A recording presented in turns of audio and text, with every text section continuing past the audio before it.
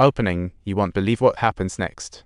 The lady is going out, and she agreed to give Marion 5 days before coming back. A complete portrait must be seen in 5 days. With the lady out of the picture, a house feels like a wild party. Came the most unforgettable time of their lives. Lo jumps into character, sitting in the spot Marion has fantasized about, her smouldering gaze.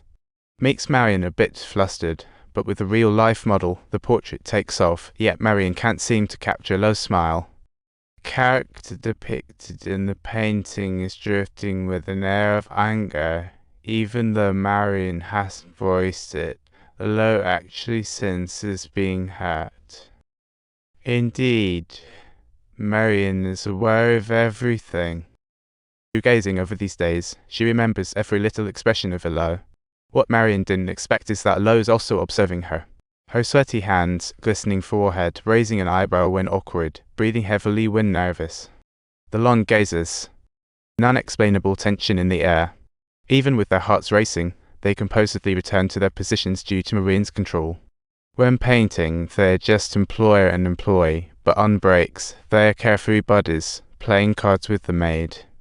The vibe is so chill, like childhood days, temporarily forgetting all worries. But then the maid spills some tea. She's pregnant and wants to take care of it while the lady is away. So the next day, they take her to the beach for a wild run and herb hunting. A perfect plan unfolds. Lo learns Marion has had a similar experience, asking her what love tastes like. Marion simply replies, "It's hard to describe." That night, the girls gather around the fire, and Lo reads them some ancient Greek myths. The tale of Orpheus and his wife. Legend says, on their wedding night, a snakebite sends her to the underworld, and he's devastated. He can't look back when he heads out, but suddenly panics that she isn't behind him.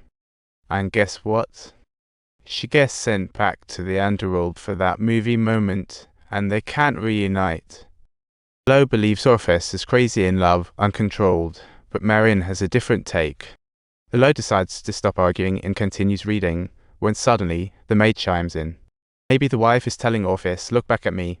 Marion feels a jolt, slowly grasping Lo's thoughts. To help the maid with her predicament, the trio sneaks out at night looking for an old pro.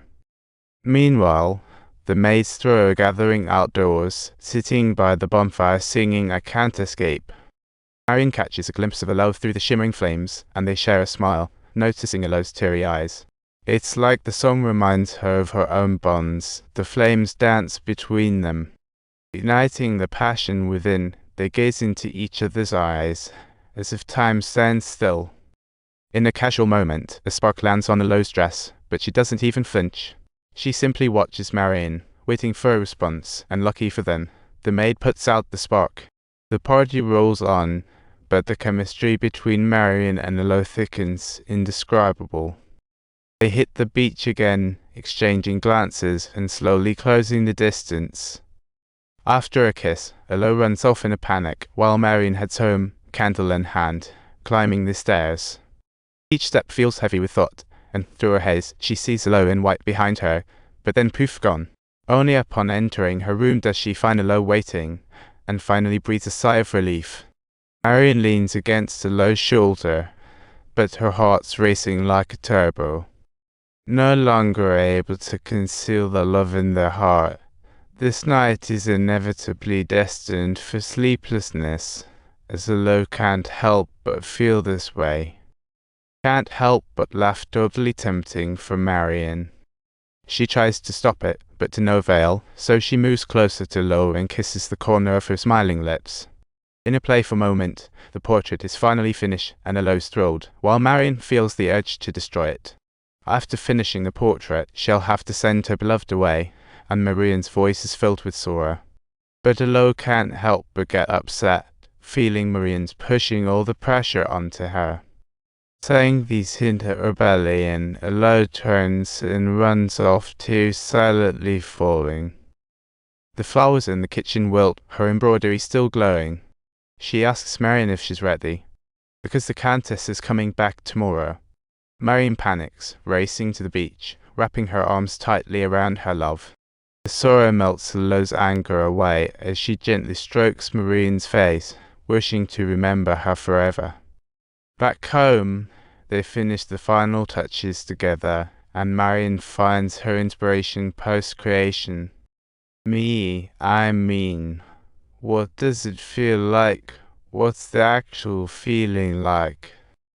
Give me your book and give me a number.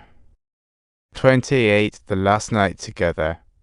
A whirlwind of complex emotions, reminiscing over those sweet little moments from the past days. Until morning light spills in the room, it's all over. The Countess is so happy with the portrait. She rewards Marion handsomely, but that's not what Marion wants. She only desires to hug Alo once more.